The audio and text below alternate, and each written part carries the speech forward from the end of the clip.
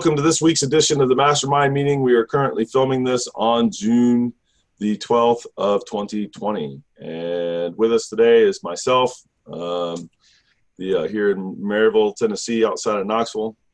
And the regional organizer for this area is Matt Holker. Hi, everybody. And Art Don in the Washington, D.C., Virginia area. Hey, everyone. And Tyrone Talbot in Los Angeles, Colton, California, and wherever else that's local to that. Towards he can get to LA, and if you're in LA, you can get to him, unless there's traffic on the whatever highways all those highways are. Okay, and then Harry Legg in Verona, New Jersey, outside of New York City. hello, hello, hello. And Chris Walsh in Maine. I'm going to let him tell you what town or towns. Yep, I made. Ooh, that didn't come through. Try that again. Chris is in Hollowell, Maine. Yes, my Wi-Fi is a little weak. I don't think it's making it to Maine. Yep. All right. Did I leave anybody? Did I leave anybody out here that's on the call? No. Okay.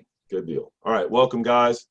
Before we continue, we'll do a quick word from our sponsor and for what we're going to be talking about today. If you want more in this regard, I want to talk to you about the 7 insane ways to increase your power. Matt, do we have a physical address for that that's simple? I don't think so yet. Okay, so he'll get with you on that here in a bit. And then the keys to internal power, simple address is? That is internalpowerkeys.com. Internalpowerkeys.com. All right. So what we're going to talk about here is the role that physical exercise plays in your overall health as an internal arts practitioner. In other words, you as an internal arts practitioner, should you exercise or not? And there are teachers out there that put across the idea that, oh, you don't want any physical exercise, only soft, internal, and then people end up unhealthy over it or wondering, what am I missing in my internal practice, or should I be working out externally too? And so we're going to talk to that in some depth. And so let me first talk about how to live to be old and healthy, what it requires. Now, if you've got really super bad genetics or you've got something else that's just, a health situation that comes due to some kind of a lifestyle thing that you had, or, anyways, you get the idea. There are factors here that are beyond control, but then there are a bunch that are within your control. And so how to live to be old and healthy, everything else being equal, what it requires. It requires nutrition, good, healthy food, not junk. That doesn't mean you can't have a little something every now and then, but the goal being to keep the junk food to an extreme minimum. Hydration, water. When you drink, you should be drinking water, and water is what you should be having to drink. And ideally, the average for the average person is about 8-ounce glasses a day, so 64 ounces, and that would be just baseline, that kind of thing. Exercise, and I'm talking about push-ups and sit-ups and squats and running around and that kind of stuff. Okay, stretching, range of motion. Not all bent up and all chair cushioned or couch, couch body. Being bent up causes a lot of physical and mental tension. Good breathing, having excellent O2 levels. And everybody is much more hyper aware of that now due to the coronavirus, of course. Posture, really good posture, which is what I was talking about a minute ago. A calm mind. A calm, relaxed, and strong body. A calm spirit. And the point being that in the long term, if you don't have a calm mind, calm body, calm spirit, that you begin to have places where stress and bad stress and health and ill health has a place to kind of creep into your life because of it. Your social interaction, which I'm getting this from the blue zones, where they're talking about one of the things they have in common is that there's a lot of social interaction among the people who live in these blue zones in a way that they don't see a lot of other places. All right. For your best breath power, breathe before you move. Most people, they go out and they run out of air, and then they start breathing. If you want to do it, and then a lot of people are of the thought that, well, but if I'm running, I'm going to get winded, and then I'll be doing that. And the reality is that what that winding is your body trying to get enough air in to compensate for the exertion you put out. If you will breathe first, you can do it where you don't have the, this thing, and that you are able to go a lot further and a lot longer and all those kind of things. And you do need to train that a bit, but it's also breathe first. So if I'm going to run, and then I run, still continuing to breathe like that, so that I'm getting in all the oxygen that I need and making sure I've got good exchange before I would ever do anything that would require the kind of exertion where your body starts requiring air. And then I step up my breath like that. And then after I come out, I ease it down. And so I'm physically kind of mentally controlling that, but I'm also not forcing my body into a deficit where it will require it. Anyways, anytime you're going to do anything with strength, the same thing applies. It's not grab it full and then you breathe. That's you're really not going to connect the breath to what you need for power under those circumstances. It's that you breathe and then you pick up the thing and like that. And so you breathe first. For better breath, breathe out all the way first and then breathe in. So the way to start is a lot of people start by trying to breathe in and breathing out, and try that for a moment and see how much air you normally take in versus out. Go ahead and do that.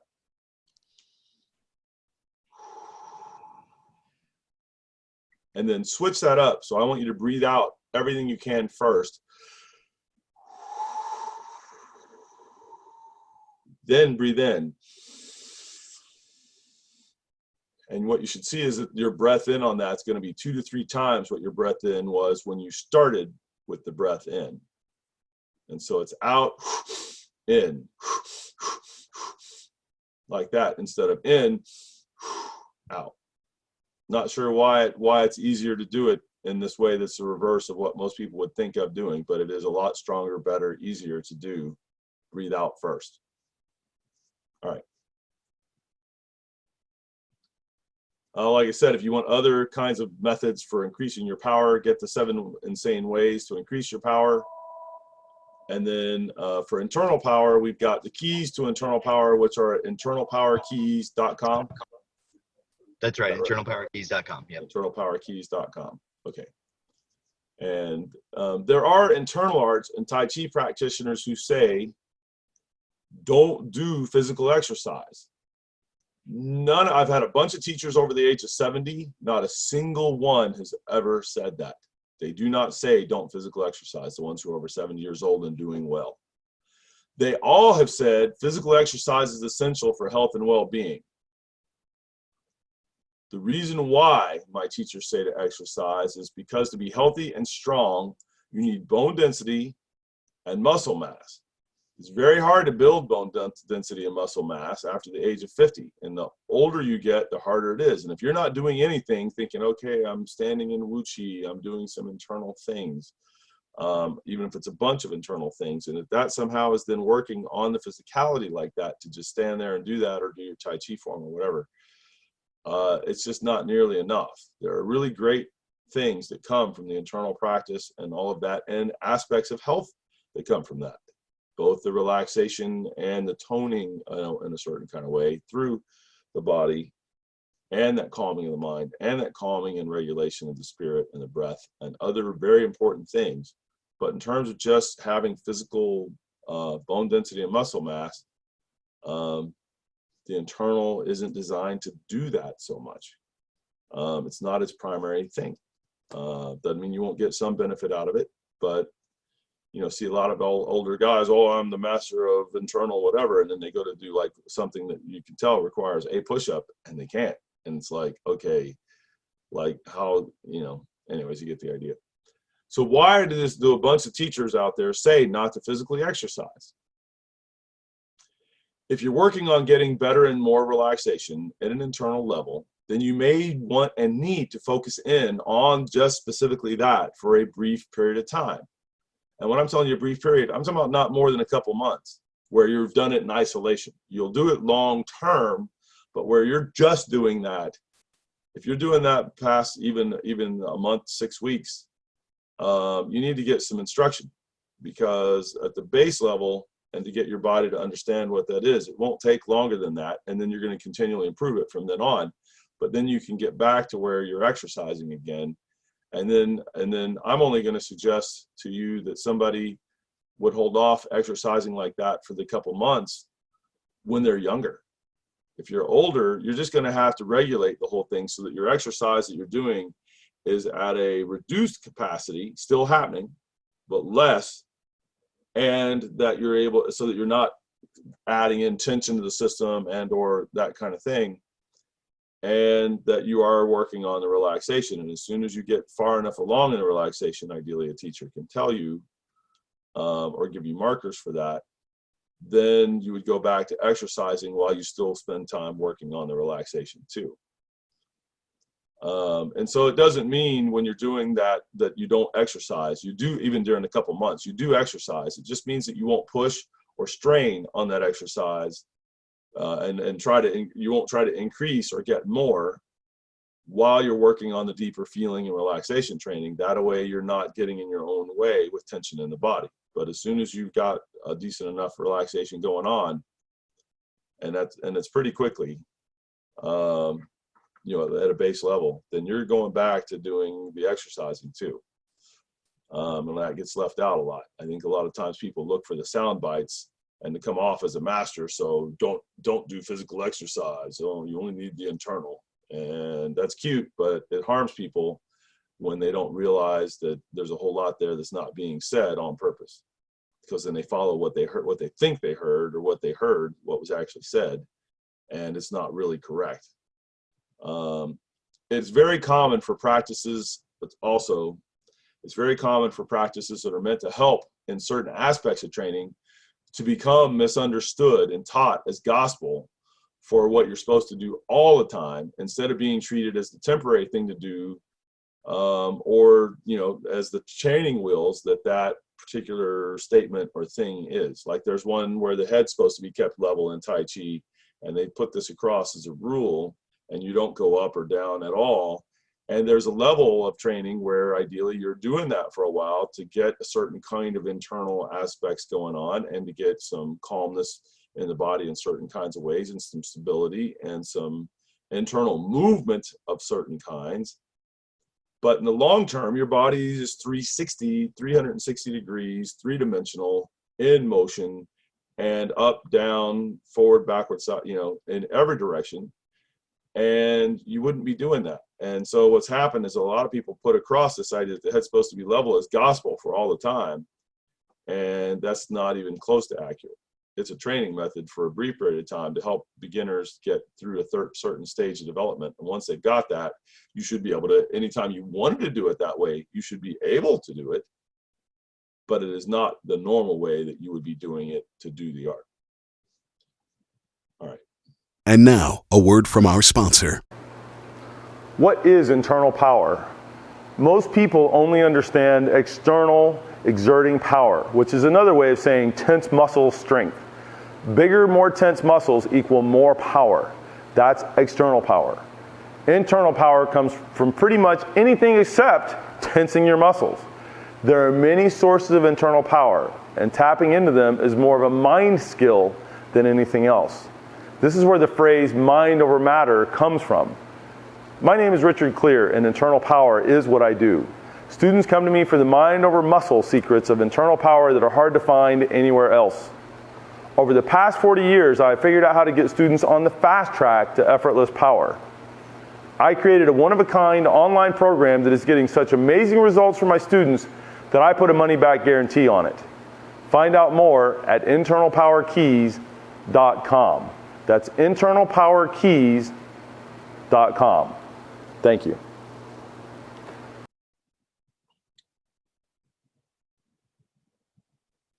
The benefits of regular exercise, regular physical exercise, are body strength,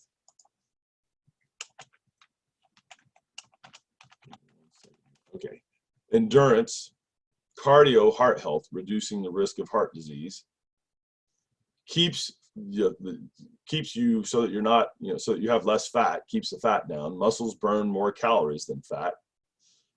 It's good for the mind, also detoxing, that kind of thing. And also, when you're feeling good from exercise, the mental outlook tends to be better. This is proven in health studies that have been done.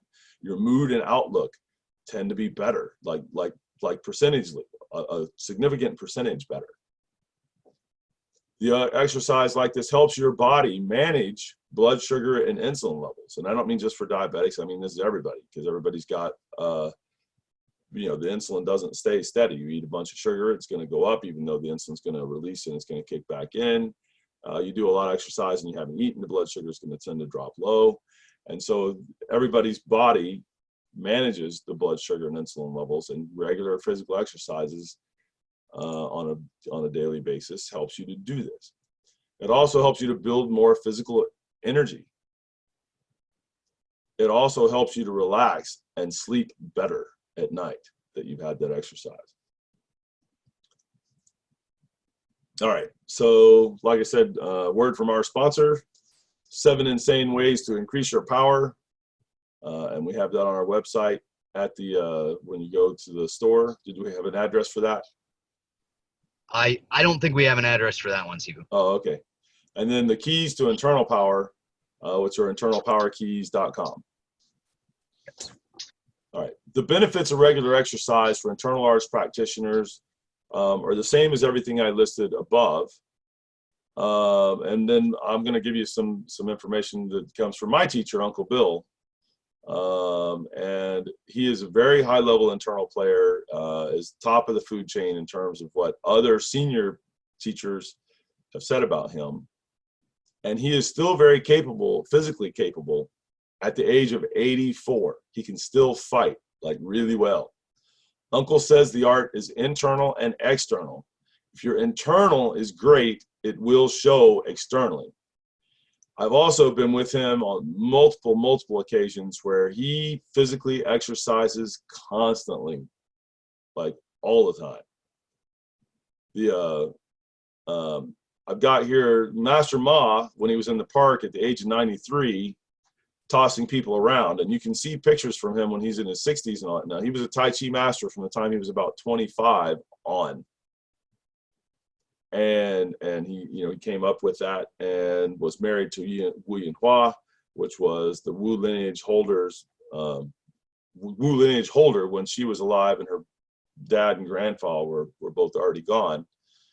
And you can tell he's had physicality as well as having the internal for Master Ma. Like I said, in the video where he's 93 years old, tossing people around. Anyways, for my personal story, at the age of 50, I started noticing a difference in my physical strength. I was doing a lot of internal. I was doing a little bit of external stuff in terms of exercise, but not a lot.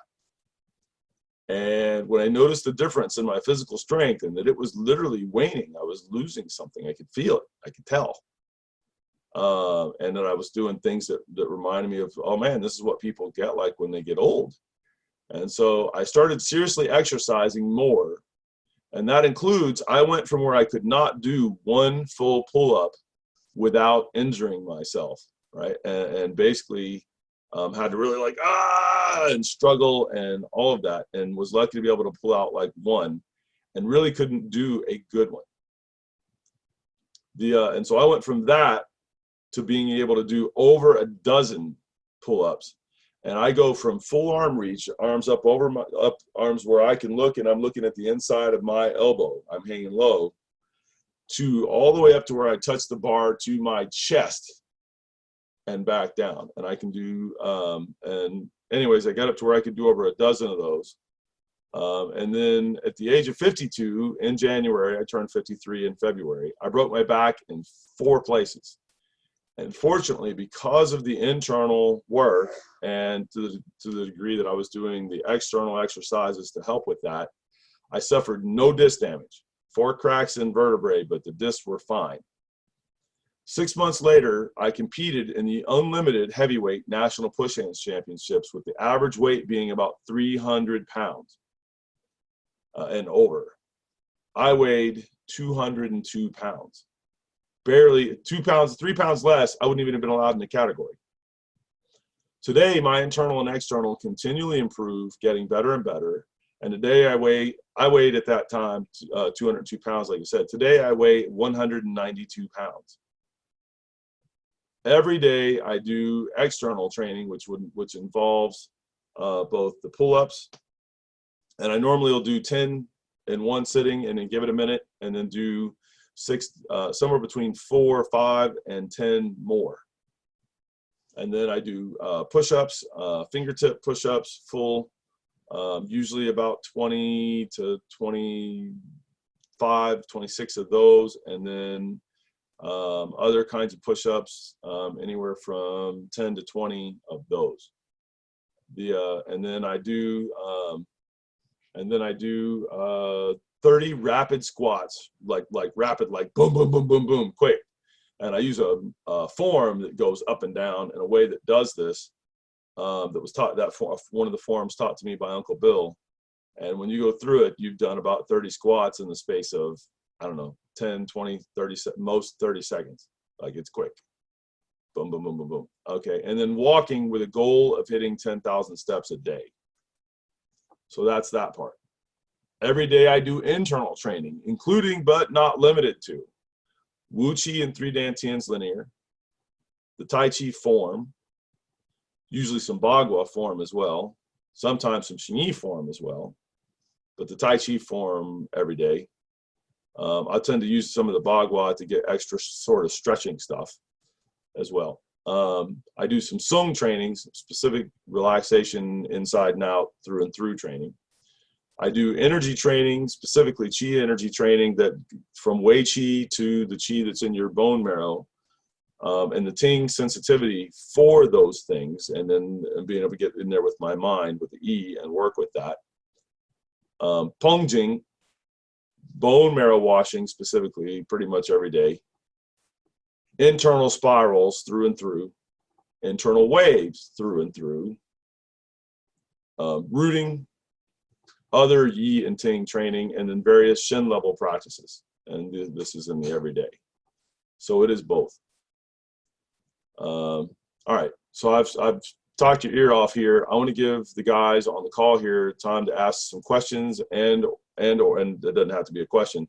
I know that you have your own experiences with this, and the internal and the external, and things you've worked on and things you've done and seen, things you've experienced and found, and I want you to share some of that wisdom with our group here. And let's see, Art, you can go first, buddy. Well, one thing I work on in particular is stretching, because I was very tense and had a lot of just relaxation I needed to really develop the Tai Chi fluidity and keep the connection throughout my body. So early in my practice, I start with some Qigong and Neigong that gets the body moving to help the organs, and that gets my muscles going. And I from there, I do a set of stretching and stretching to just increase the flexibility of my muscles, which helps a lot with relaxation. And then after I do that, I work with various exercises or the Tai Chi form to try to keep the extra relaxation stretching I developed, and that maintains, or it helps with the connection through my body, that everything works as one, and energy and air travels through my body well. And then I also do other physical exercise, which is, for example, push-ups I do, which I need to be aware of not overstraining with them, because then that will bring up more tension that I need. Yep. The one that I don't need, that I need to do more relaxation. So I try just to keep. I was going to say, it's also good when you're doing those, like when I do mine, I go all the way up as if I was going to get up off the floor, but I'm still touching the floor. So I'm extended all the way. And then when I go down to the floor, I go all the way down to the floor all the way. And I will actually slow down. I'll do them somewhat slow so that I'm not skipping through a range of motion there, but that I'm getting it through the whole range all the way and all the way. So that way I'm getting development. I'm not having like stiffness in one place and another place that's getting some atrophy or not getting worked. Anyways, go ahead. Sorry. Well, I was gonna say that's a good point. And actually, when I do the push-ups, I do. I need to maybe pay more attention to making sure I'm extending fully and going all the way to the ground. But I do them slowly, at various speeds, but steadily. So I do work through all the area of the effort I'm putting out, and occasionally stop at a certain point and hold that for a little while, and trying to keep just enough muscle tension, I guess, to maintain the position, but not add extra tension. Yeah, no extra. I'm trying to avoid. But I do that, so that gives me a pretty good extra physical work, and I do some walking and add some jogging also. But again, I don't overdo it, so I don't induce extra tension and strain in the muscles. Sure. And after that, I always do some more stretching. That's basically how I try to incorporate the. That's right. Same. Yeah. Whenever I get up from the exercises, I then do stretches and all that. While I'm doing the exercises, also, it's not, it's I actually work on making sure that all of the internal qualities that I can bring to bear are happening within the exercise also. I didn't say that before, but that's part of it, is that I'm doing the exercise, but I'm breathing and I'm relaxing and I'm aligning and I'm, all the things that I can do so that I'm getting a good internal workout or internal addition to what I'm doing for the external workout. Very good. So yeah. Okay. Cool. And then the stretching, absolutely, before and after, trying to keep the body as supple as humanly possible. And now, a word from our sponsor. Everyone knows if you want to be stronger, you need to lift more weights. But what if that wasn't true? What if you didn't need big muscles to be powerful? In the martial arts, when the masters got older, they had to stay powerful to keep up with all the young fighters. But they couldn't count on their physical muscularity, their muscles, and strength like that to do the job. What the old masters discovered became known as internal power. And the truth is, even skinny guys can use internal power to push, pull, and lift more than they could before. My name is Richard Clear, and internal power is what I do. After over 40 years of continuous study and research, I have put the mind over matter secrets of internal power into a unique online course. I made everything extra simple to follow so even beginners can get concrete results fast. In fact, the results are so good that I have a money-back guarantee.